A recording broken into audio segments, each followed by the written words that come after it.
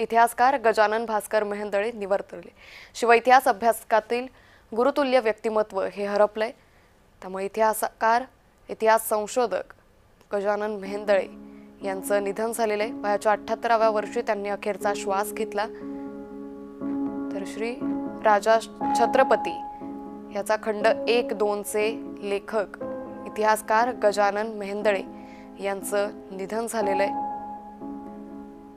इतिहास संशोधनात त्यांचं अमूल्य असं महत्व आहे। त्यामुळे त्यांच्या जाण्यानं आता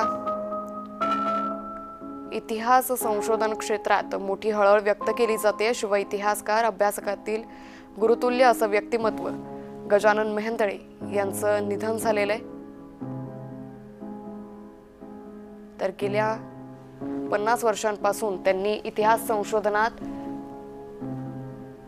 काम केलेलं आहे आणि त्याचबरोबर श्री राजा शिवछत्रपती याच्या खंड 1 आणि खंड 2 चं लेखन देखील गजानन मेहेंदळे यांनी केलेलं आहे।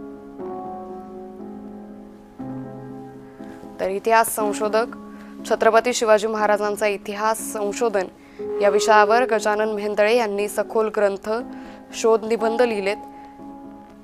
तर त्यांच्या पुस्तकांचा संदर्भ अनेक अभ्यासक्रमात देखील केला गेलेला आहे।